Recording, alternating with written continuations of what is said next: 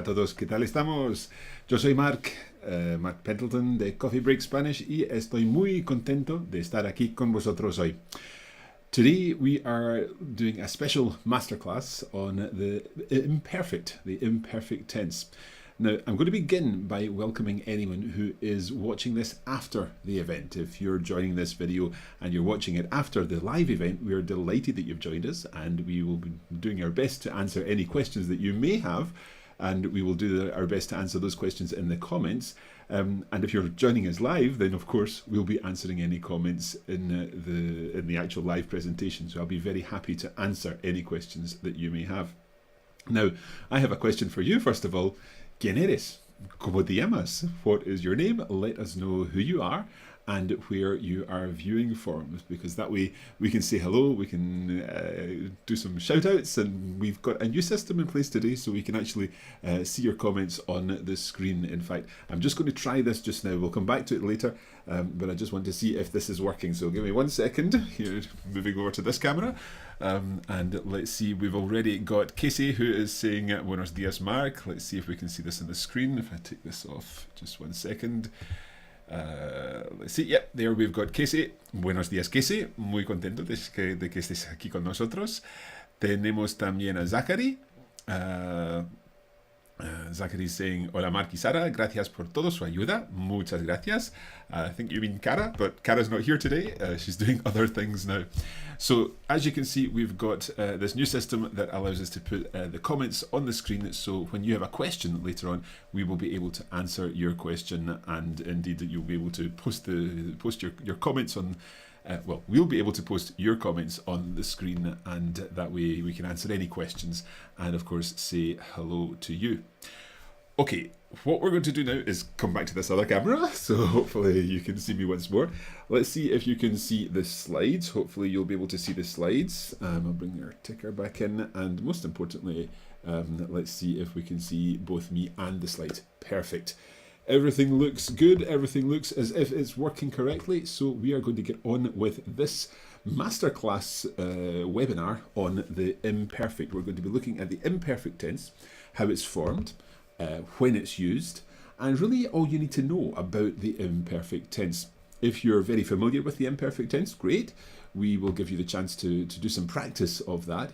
If you've never encountered the imperfect tense before, then we'll be explaining everything that you need to know. We'll also be talking a little bit about the masterclass itself. So let's think about how this works, how this webinar is going to work. First of all, we'll be looking at what is the masterclass. We'll be looking at some imperfect tense mastery. And then, of course, I'll be dealing with your questions and answers, whether they are about the imperfect tense or indeed whether they are about the masterclass.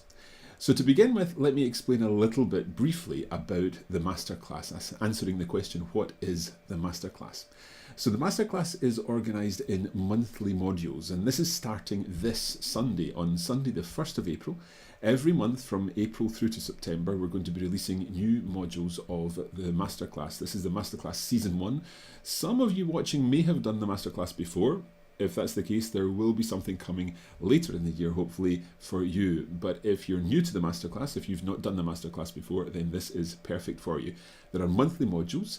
The sessions are short, regular sessions, and it's very much a case that we're looking at structured learning that takes you through the whole topic for different areas of grammar. There are audio materials and text materials, and of course video review as well for every module. And we're still talking about coffee break content. So if you have 20 minutes 3 or 4 times a week, then you'll be able to cope with the content of the masterclass, and we'll do our best to help you with that. Now, the schedule of the masterclass happens like this. We start on the 1st of April, and then on the 1st of April, the 4th of April, and the 8th of April, you'll get the first 3 lessons of Module 1. After that, there's an exercise to give you some practice, and then lessons 4 and 5 will come out on the 15th and the 15th and the 18th. It's very small on my screen, I can't quite see what we're saying here. So those lessons will come out, a further 2 lessons, making a total of 5 lessons, all before about the middle of the month, basically. And that means that by the end of those 5 lessons, you've got the rest of the month to consolidate what you've learned. And we'll help you do that with some video review materials and a test at the end of the month to check on what you've learned over the course of that module. And we also have a private Facebook group, which will help you really get to grips with everything and practice what you're learning through homework activities that we'll be posting on the Facebook group. And not just that, we'll also be individually helping each one of you on the Facebook group by providing some feedback on your homework. And you'll see your feedback and you also see everyone else's feedback. So it's a great way to learn collaboratively with other Masterclass students. So that's the schedule of the Masterclass. Just to explain, there are 6 months in total in the Masterclass. So here are the modules. The very first module is on frases hechas. Frases hechas would be idiomatic expressions. Frases hechas, idiomatic expressions. Then module 2, which is taking place in May, we'd be looking at tricky verbs. Verbs which are a bit challenging, or indeed challenging uses of verbs that you may be familiar with. In June, we'll be looking at false friends. Those words that you think you know what they mean, but they mean something totally different. And that's a module about increasing your vocabulary and your range of expression. Then in Module 4, we'll be looking at tenses and covering the key tenses in a variety of ways and giving you lots of practice with lots of advanced conversations using those tenses. So you'll be building your vocabulary again, and you'll also be building your awareness of different tenses. And the content that we're looking at today, the imperfect tense module, is coming from Module 4. So that will give you a feel for some of the Masterclass content. Module 5 is on the subjunctive. Some people feel that's the dreaded subjunctive, other people feel there is no problem about the subjunctive, but we'll be looking at the subjunctive and what the subjunctive means, what it's used for, and looking at triggers that necessitate the subjunctive. So that's a great module to help you build your range of expression using the subjunctive, which can be seen by some learners as quite a challenging topic. And then finally, the module that will be taking place in September is on tricky Spanish, those tricky things about the Spanish language which perhaps are peculiar to the Spanish language, things like por and para, things like que and cual, the personal a, verbs like gustar and verbs that work the sort of other way around, if you like. So those are the 6 modules of the Masterclass between April and September. Now, as I said, today we're focusing on tense mastery. It's hopefully not going to be too tense a lesson. We're going to be looking at one particular tense, and that is the imperfect. So let's have a think about the imperfect tense now. And I'm going to give you 3 sentences, and I'd like you to think about these 3 sentences. I'm actually going to give you 1 minute to look at these 3 sentences, and this will give us give me the chance to check the questions and comments and make sure that everything is going smoothly, that you can hear me and so on. Because I'm on my own today, nobody's helping me behind the scenes, so I need to check that everything is going on.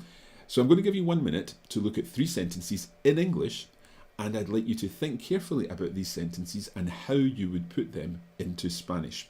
So let's bring our timer up, let's bring the slides up, and here are your 3 sentences.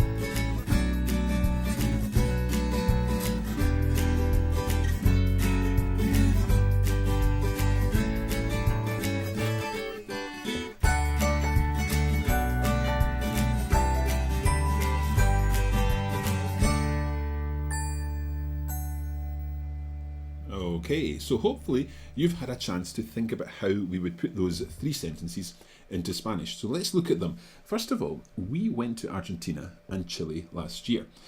Now here we've got a past tense, 3 examples of different past tenses in these sentences. And in the first one, we've got something that happened as the narrative, okay? It's the narrative, the part of the story. We went to Argentina and Chile last year. So it's a single completed event in the past.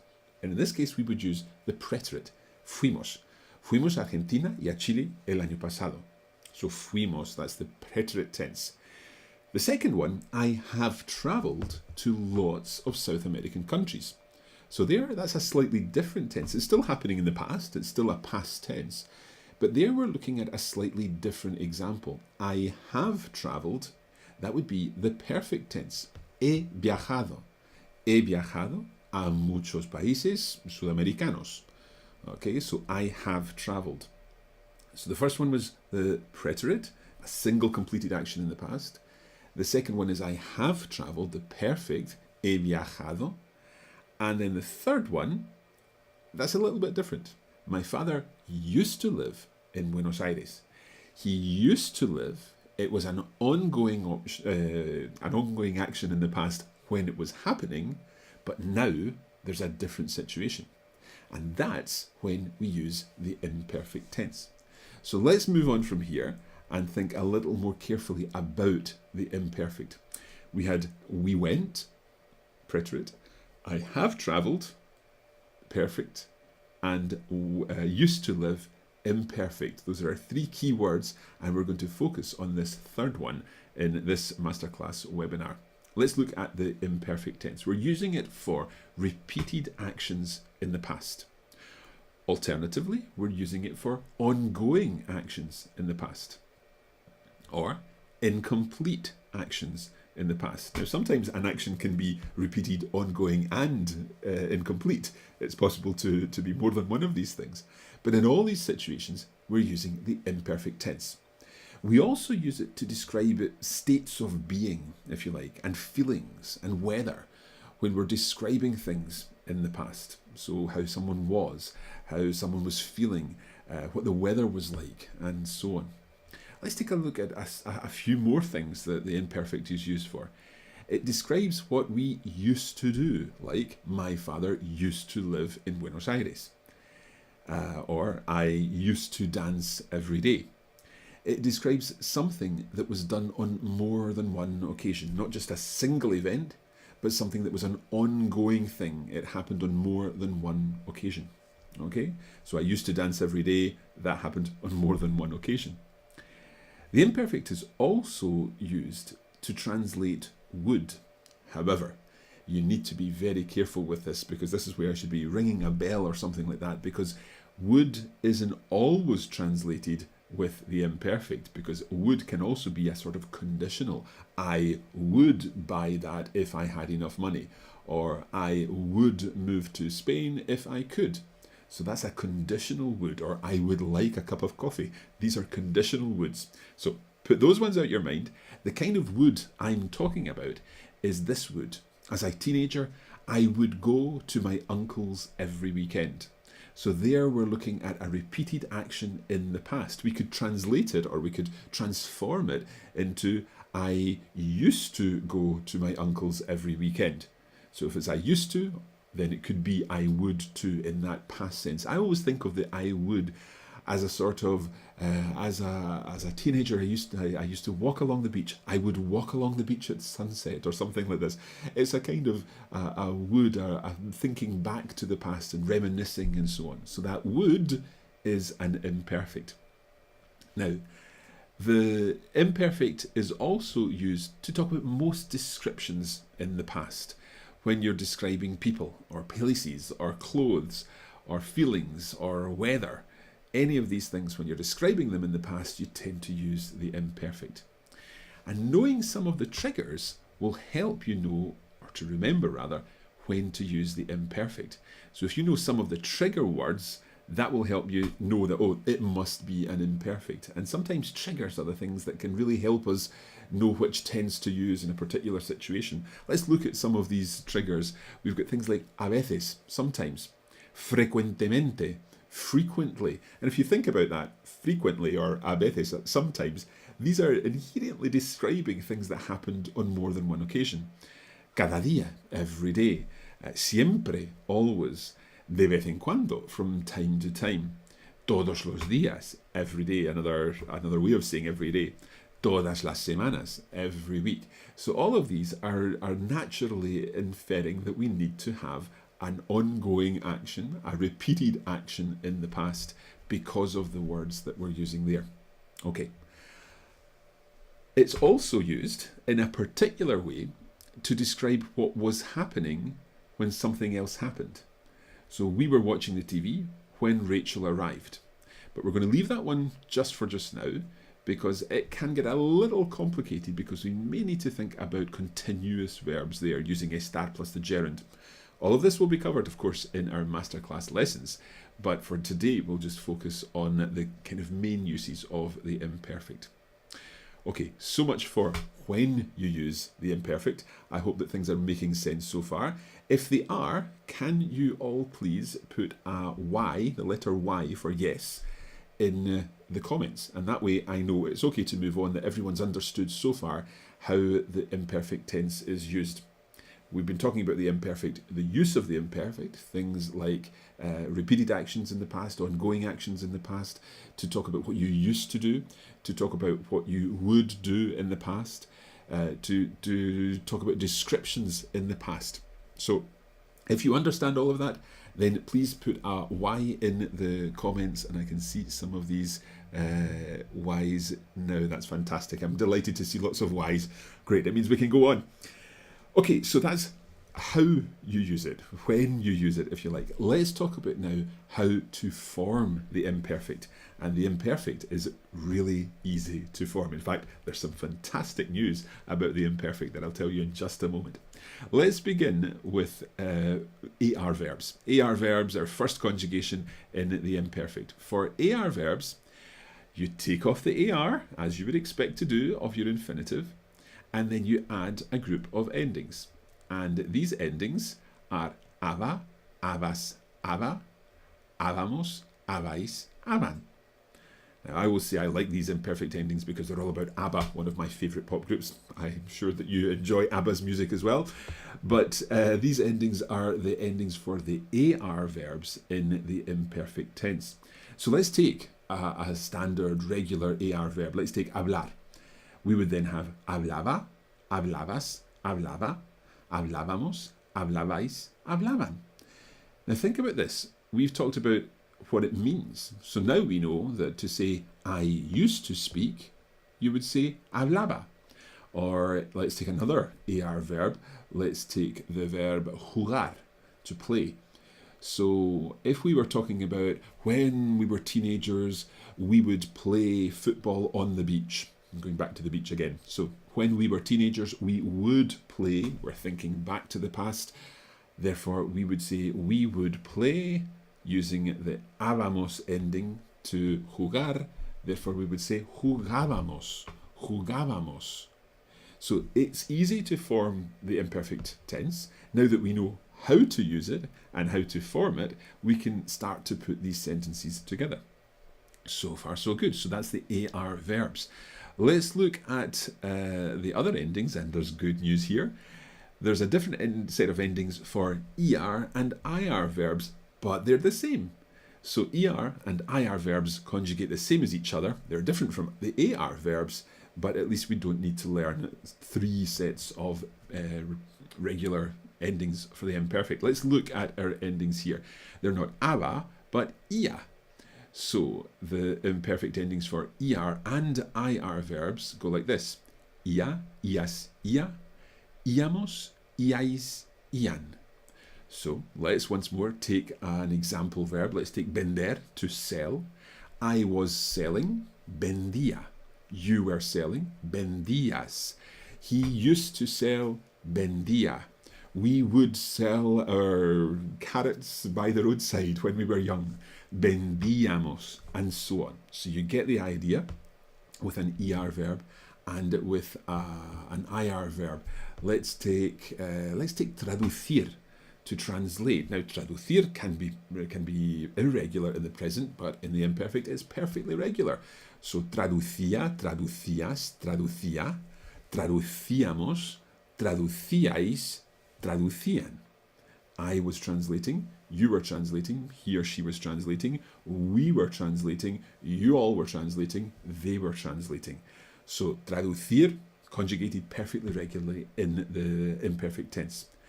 So, we've got regular verbs, AR verbs, aba, abas, aba, and so on. ER verbs and IR verbs, ia, ias, ia, and so on. And now let's think about irregular verbs. And this is where the best news is. The best news is that there are only 3 irregular verbs in the imperfect, and they are ir, ser, and ver. But even once you learn the irregular bits of them, the patterns are perfectly regular. Let's take a look at ir, to go, of course. So, iba, ibas, iba, íbamos, ibais, iban. So it's a kind of combination of the ER and the AR verbs. We've got the BA ending there. So iba, ibas, iba, íbamos, ibais, iban. I used to go, he used to go, and so on. Let's move on and look at ser. We have era, eras, era, éramos, erais, eran. So I was, you were, he or she was, we were, you were, they were. Okay, so era, eras, era, and so on. That's from ser. And then the only other irregular verb in the imperfect is ver. Let's take a look at ver. That's veía, veías, veía, veíamos, veíais, veían. Okay, so far so good. Hopefully, once more, this is making sense. And I'm going to ask you again, if you are able to, if you're understanding things so far. I see we've got a question here. I'm going to answer that question in a moment. If you're understanding things so far, then put an X in the comments now so that I know it's okay to move on to our next part, which is actually a conversation. We're going to be listening to a conversation using some imperfect tenses, and you'll be able to see on the screen the transcript of the conversation, but you'll hear lots of examples of the imperfect tense, and this is taken from the Masterclass.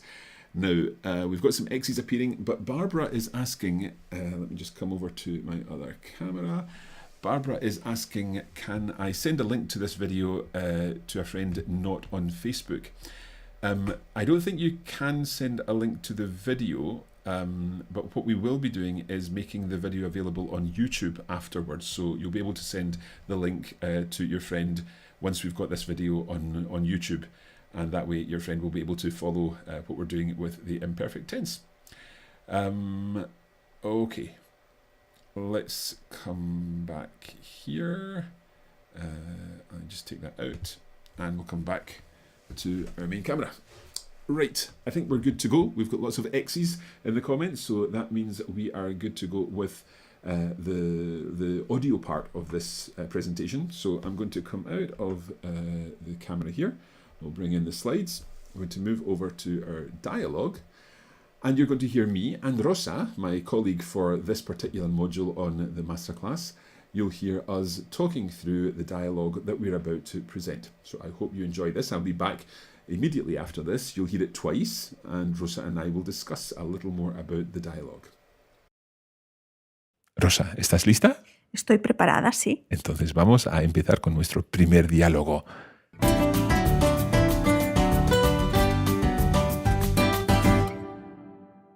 Tengo que pedirte un favor. ¿Puedo hacerte algunas preguntas para un trabajo de clase? Tengo que comparar cómo viven los niños hoy en día y cómo vivían hace años. Por supuesto. Estupendo, pues vamos a empezar. Primera pregunta. ¿Cuántas horas de clase tenías en el colegio? Aproximadamente, claro. Puedes comparar con el horario de clase de tus hijos, por ejemplo. Pues no le recuerdo exactamente, pero yo estaba en el colegio menos tiempo del que están mis hijos. Íbamos más temprano, pero siempre comíamos en casa.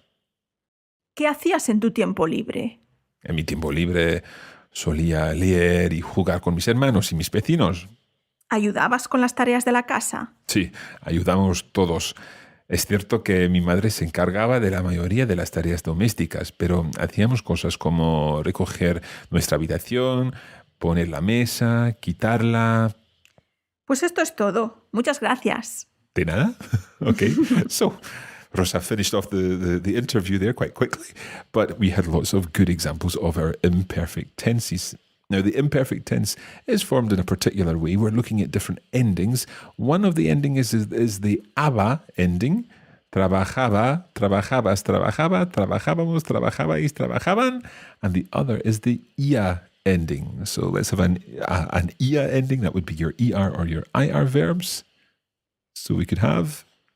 Comer, por ejemplo. So that would be. Comía, comías, comía, comíamos, comíais, comían. Perfecto. Now we're going to hear lots of those in this dialogue. Let's listen one more time to the dialogue. This time a little more slowly. Tengo que pedirte un favor. ¿Puedo hacerte algunas preguntas para un trabajo de clase? Tengo que comparar cómo viven los niños hoy en día y cómo vivían hace años. Por supuesto. Estupendo. Pues vamos a empezar. Primera pregunta. ¿Cuántas horas de clase tenías en el colegio? Aproximadamente, claro. Puedes comparar con el horario de clase de tus hijos. Pues no lo recuerdo exactamente, pero yo estaba en el colegio menos tiempo del que están mis hijos.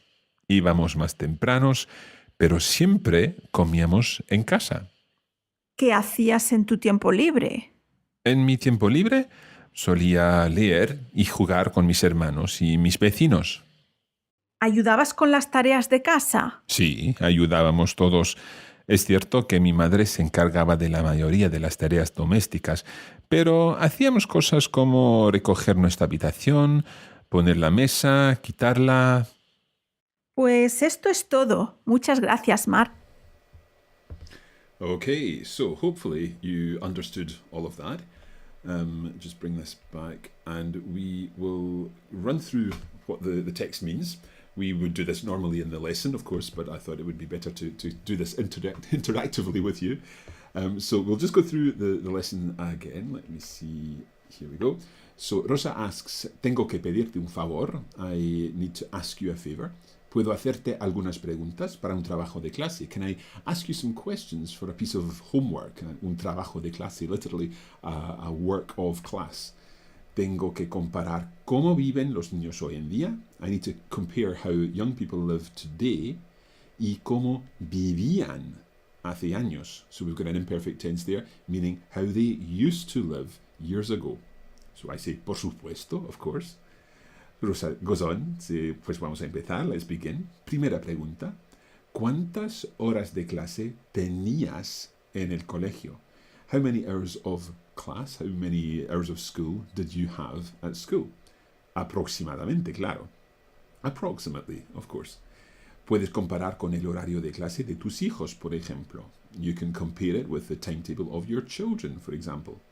So I answer the question by saying, no lo recuerdo exactamente, I don't remember exactly, pero yo estaba en el colegio menos tiempo del que están mis hijos. But I was at school for less time than that which are my children, if that makes sense.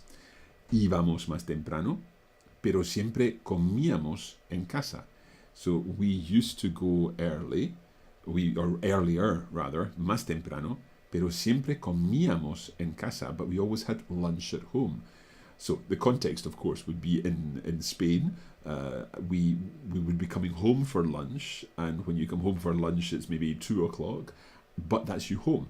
So things do change from nowadays to how they used to be. Let's go on. ¿Qué hacías en tu tiempo libre? What did you used to do in your free time? And I said, en mi tiempo libre solía leer y jugar con mis hermanos y mis vecinos. So in my free time, I tended to read using the imperfect of the soler verb, which is a great verb. It means to tend to do something. So I tended to read and play with my brothers and sisters y mis vecinas and my neighbors, or mis vecinos, my male neighbors, or my male and female neighbors. Rosa asks, ¿ayudabas con las tareas de casa? Did you help, or did you used to help with the housework? And I say, sí, ayudábamos todos. We all used to help. Es cierto que mi madre se encargaba de la mayoría de las tareas domésticas. It's true that my mother used to take charge of the majority of the household chores, pero hacíamos cosas como recoger nuestra habitación, but we used to do things like tidy our room, poner la mesa, lay the table, quitarla, to unset the table, to clear the table. I couldn't remember the word in English. And so on. And then Rosa says, pues eso es todo. Esto es todo. Muchas gracias. That's everything. Thank you very much. So hopefully now, having gone through that conversation, you've understood everything in the conversation and you've seen the examples of the imperfect tense. And in our masterclass lesson, we would go through them in more detail, give further examples, and of course give some exercises and a second conversation. And every conversation that we have in our masterclass comes with a slow version and a normal speed version. So that gives you the chance to hear the Spanish as it would not naturally be spoken, and also to hear the Spanish at a slower pace to help you understand it. I should also mention that over the course of the 6 months, there are different accents involved. So my co-host changes for different modules, and you'll hear some Spain Spanish, you'll hear some Latin American Spanish, and of course we'll always refer to the differences between Spanish from Spain and Latin American Spanish, or Spanish from different Latin American countries. So that is a little sample about the masterclass by looking at some of the material at the masterclass, and I hope that you've understood everything to do with the imperfect tense that we've mentioned. It's not the trickiest of tenses, which is good news. And of course we do cover other materials in the module on tenses. We look at the present and the perfect, the preterite, the imperfect and the future, and a little bonus with the conditional too in the masterclass. Let me give you some more information about the masterclass now. Let me see if we can do this.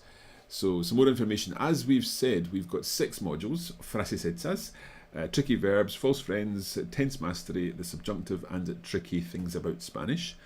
And to give you an idea as to where this actually comes in the sort of level of difficulty, let's put it in comparison with our existing coffee break levels. Depending on where you are with Coffee Break, you may be used to Season 1, where we're looking at absolute beginner's content, transactional language, a basic introduction to grammar. You may already be on Season 2, where you're building understanding and looking at the patterns of the language and looking at some past tenses in Spanish, where we start to touch on the preterite and the imperfect. In Season 3, of course, we're taking Spanish further. We're looking at more complex language and more tenses, trickier grammar. And with Season 4, it's about advanced understanding with complex grammar, idiomatic expressions, and so on. Now, if you're used to thinking about the European framework, then Season 1 would be A1, Season 2, A2, B1, Season 3, B1, B2, and Season 4, B2, C1. So that should give you an idea of where we are with all our existing courses with Coffee Break Spanish. Now, where does the masterclass come? Well, we believe that the masterclass comes in the middle of this, around about Season 3 and onwards. So let's summarise this. If you have already completed Season 2 or the equivalent in Coffee Break Spanish, then the masterclass would be for you. If you're working on, or if you've completed Season 3, again, the masterclass will be a great review of the material that you've covered in a very structured way. You will really build your vocabulary on from Season 3. If you're working at B1, B2 level of the Common European Framework of Reference for Languages, then again the masterclass will be perfect for you. If you are already working through Season 4 and you're very comfortable with the materials in Season 4, then perhaps some of the conversations in the masterclass will feel a little easy. And that's not to say that they are easy, absolutely not. But the level of language is a little lower than the language in Season 4. So do bear that in mind if you're already on Season 4 and working through Season 4. Many students who are working in Season 4 have taken the masterclass in the past and have thoroughly enjoyed it. It's been a great review of the material and for consolidation again in a very structured way. But if you are using Season 4, then perhaps you would consider carefully as to whether you want to do that kind of consolidation or whether you're happy continuing to work at the higher level of Season 4. Okay, let's talk about another important aspect of the masterclass, and that is pricing. The masterclass is organised in monthly modules, as we've explained. So for the monthly modules, each month you will get access to a variety of things. You'll get 5 lessons per month, you'll get the bonus activities, you'll get the module test, you'll get email check-ins where we'll be checking in with you and reminding you that the materials are available so that you're always kept up to date with things. We will also be offering the private Facebook group with guaranteed feedback for every single member of the masterclass, every student in the masterclass, and for that reason the masterclass is limited. We don't open it up to anyone who wants to take part. There is a cut-off number, And once we reach that cutoff, we will be closing the registration so that it's still doable, so that we can still manage to provide that individual feedback to everyone. There, at the end of the masterclass, there's a course certificate which you'll receive to say that you've completed the masterclass. So for all of this, every month, the cost is £48 in the UK. That includes VAT. If you don't pay VAT, then it would be £40. And if you're elsewhere in Europe, you would pay VAT at the local rate. So if you've got a 21% VAT rate, then you would pay £40 plus 21% VAT. If you're in the US, then the cost would be $55. $55, and of course that doesn't include VAT. So that's the monthly price. The other option is paying one-off. So you can pay on a one-off basis with one payment of, oops, I moved that one too quickly. Sorry about that. There we go. So one payment of £240. Again, that includes VAT. So it would be £200 excluding the VAT, or $275 in the US if you want to pay in dollars. And of course, if you're in the UK or in the EU, you would still pay VAT on the dollars price at your local rate. We just offer the dollars price for anyone who is wishing to pay in dollars, but depending on where you are, that is how the VAT is calculated based on where you are when you buy. So you can either pay monthly, or you can buy it for a one-off payment of £240 or $275. Okay, registration. An important thing about registration is that we are already in the registration period. Webinar 2 is taking place today. Webinar 3 happens on Saturday the 31st of March at 5:30 in the UK. It's 12:30 Eastern. And I realise that this may well be a holiday weekend for some of you, in which case, of course, these will be available after the event. Registration is open today, and the course begins on the 1st of April, and registration will close at the end of the first week of April. So on the 7th of April, registration must close so that we can tidy everything up, get ready so that we can focus on the lessons of the masterclass. So it's not possible to come in after the 7th of April. You have this window of opportunity just now to sign up for the masterclass. Now, I'd like to do one thing here while I prepare to answer some of the questions. I'm going to check through the questions, but I'm going to show you a short video from one of our students, not one of our Spanish students, because the Spanish students are currently just finishing off at the moment. They're in the final stage of the masterclass, who they've been working since October on the masterclass. So we don't have any feedback from any of them, but we do have feedback from one of our members who did our French masterclass, which is very, very similar. And hopefully the kind of things that this masterclass student says will give you an idea as to whether it's the kind of thing that you would be interested in. So let's have a listen. Well, I've already done the other coffee break French 1, 2, 3, and 4, and they were fantastic, but I felt like I was sort of doing those by myself. And so when I saw the Coffee Break French Masterclass, I thought it would be good because you'd be working in a group with other students. It's more structured, and you also get feedback on your homework and so on. And what I really needed was a better grounding in all the basics of grammar and being able to put that together on the spot in French conversation. I've really enjoyed having a more structured approach to it, having the podcast come out at a particular time that you need to do your homework at a particular time, which forces me to do it because I've been very busy doing online study and I've got a son at high school, etc. So that's really been like a virtual classroom for me, which has been excellent. It's marvelous getting the written corrections to the homework, because sometimes you can keep on making the same mistake over and over again for years and you don't realize. So that's been extremely beneficial. And just interacting with the other students online, reading their responses has been very, very good for me. In the past, I have done some classes and I found that we were racing through the tenses very quickly. You do the whole future tense in 1 week, and then the next week you do the subjunctive, and I never really got on top of it. Whereas with the Coffee Break French Masterclass, you have a lot more time. You can listen to it over and over again.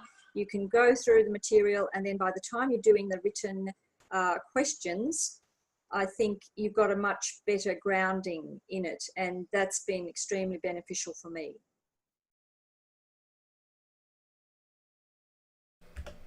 I forgot to switch my microphone back on. Hopefully that was useful to you to get an idea of some of the aspects of the masterclass from the point of view of a student who has been taking part in the masterclass recently. Now, as I said, registration is available right now, so you can sign up for the masterclass, and the next webinar takes place on Saturday.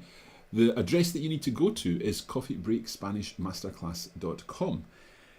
Now, I know that we've got some hellos that I still have to do. I'm looking forward to saying hello to people. But also, if you have any questions, either about the imperfect tense or about the Coffee Break Spanish Masterclass, I'd be very happy to answer them. So it is time for some questions now. Let's see if we've got this correct.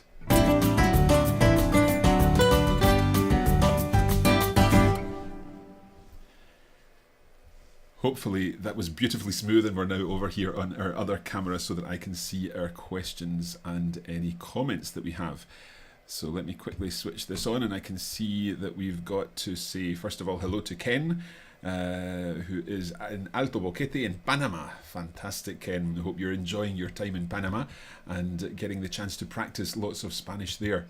David Kemp said estoy aquí. First of all says soy aquí and then realised it should be estoy aquí. A very common mistake. Do not worry about that, David, at all. Of course, ser and estar is dealt with in the masterclass, so hopefully that is of interest to you. So thank you for joining us from Dallas.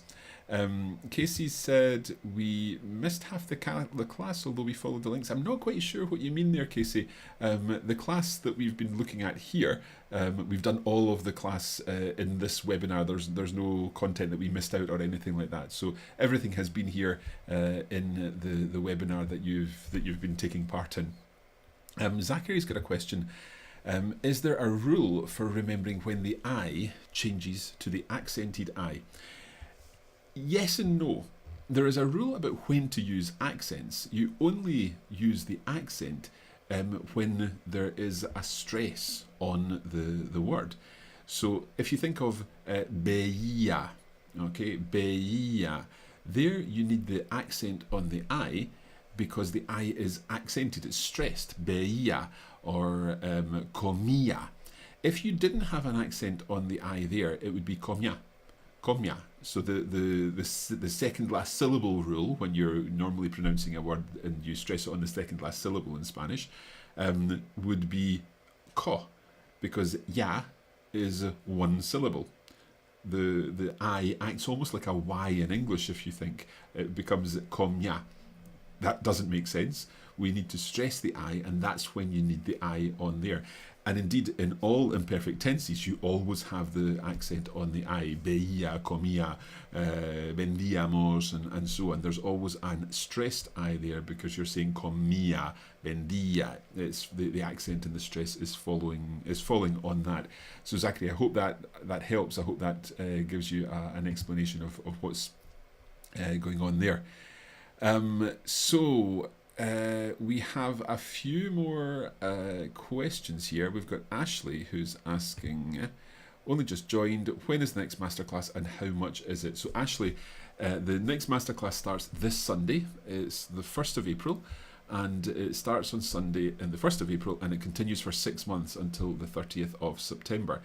And the cost depends on where you are. The cost in the UK is £240, that includes VAT.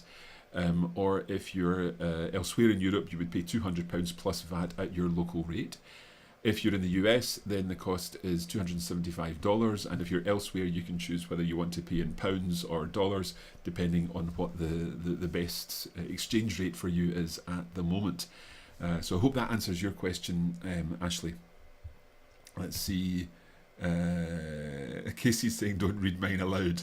I'll have a very quick read of it, Casey, to see if I can answer the question.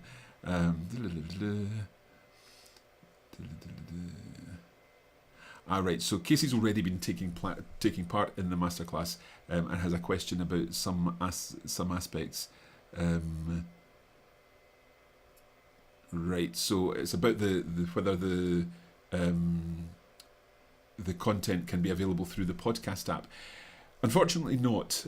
We had so many problems with putting content out through the podcast app when it's private content that we decided to stop using the materials in the podcast app because basically when we put out private feeds, it was very easy for these feeds to be stolen, basically, and people get access to our content. And you may be aware that we've got an ongoing situation with apps that are using our content illegally. So that's why we have stopped using the podcast feeds for our private content. However, there are ways of accessing the materials on your device, and one of those would be using another app like Documents, where you can store the content on your device. There are some aspects of Documents that aren't the same as podcasts. For example, the ability to speed through things at double speed or listen at half speed and so on. We are hopeful that with some conversations with the developers of Documents that these things would be resolved. But Casey's question is quite specific about the previous masterclass, so I'll answer Casey privately about that. Camila has a question here. Let's have a look. Camila is saying, desde Kazajistán. Wow. Estoy haciendo el Coffee Break Spanish Season 3 ahora. Muy bien, me encanta. Los podcasts me han ayudado tanto durante mi estancia en España. Mi sueño ahora es viajar a América Latina. Quiero preguntar por qué los latinos dicen vi instead of he visto. O sea, no usan imperfecto. Pues, okay, I'm going to reply in English here, Camila. It's a very good question. And it's not so much a question of imperfect versus preterite. It's a question of perfect versus preterite. The perfect tense, as used in Spain and other Latin American countries, is used for what you've done recently, and very often it involves a trigger such as this morning or this week or today. When it's something that has just happened, then you're likely to use the perfect tense, particularly in Spain and other Latin American countries. However, in some Latin American countries, it is more natural to use the preterite, as you said, vi. Vi a un hombre en la calle. I saw a man in the street. Esta mañana vi a un hombre en la calle. This morning I saw a man in the street. That's what you may well hear in Latin America. But in Spain, if you say esta mañana, then you really need to say esta mañana he visto un hombre o he visto a un hombre en la calle.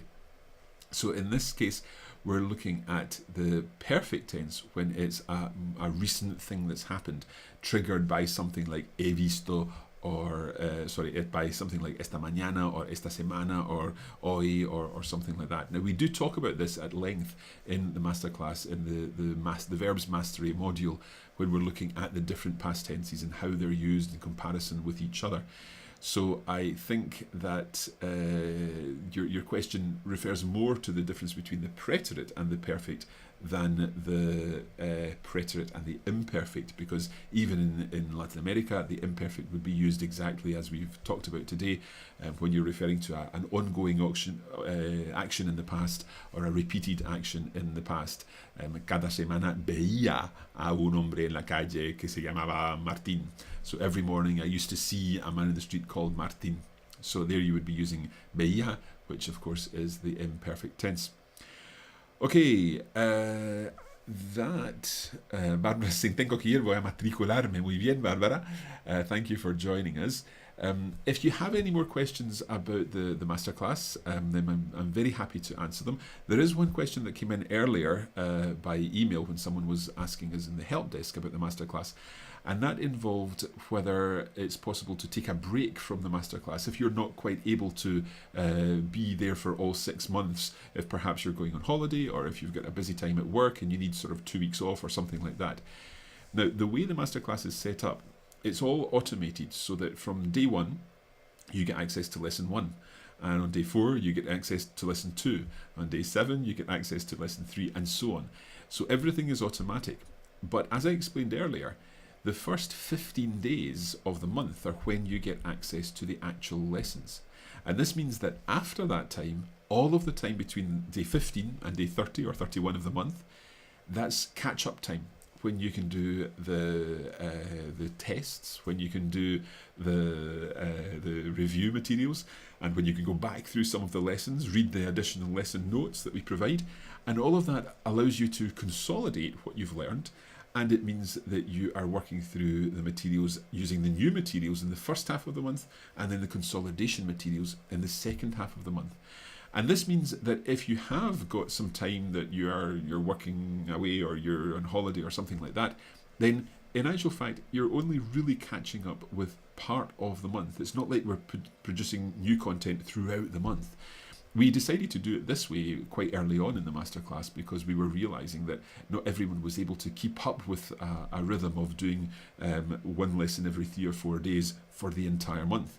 That's why we stopped, and we made it lessons 1 to 5 between the 1st and the 15th of the month, and thereafter an opportunity to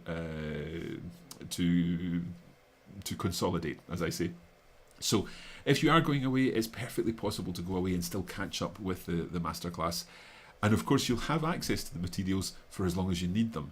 The only thing that changes is at the end of the 6 months, we close the Facebook group. It's archived, so you're still able to access it, but you will not be getting the ongoing feedback from the masterclass team after those 6 months. So that's why it's all organised in that way. But you're still able to do it even if you do have some holidays or some busy times at work and so on.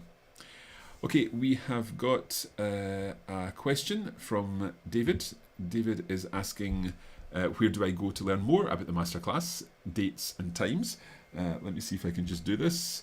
You go to coffeebreakspanishmasterclass.com. There you've got full access to all the materials or all the explanations of the materials for this particular round of the masterclass starting on the 1st of April.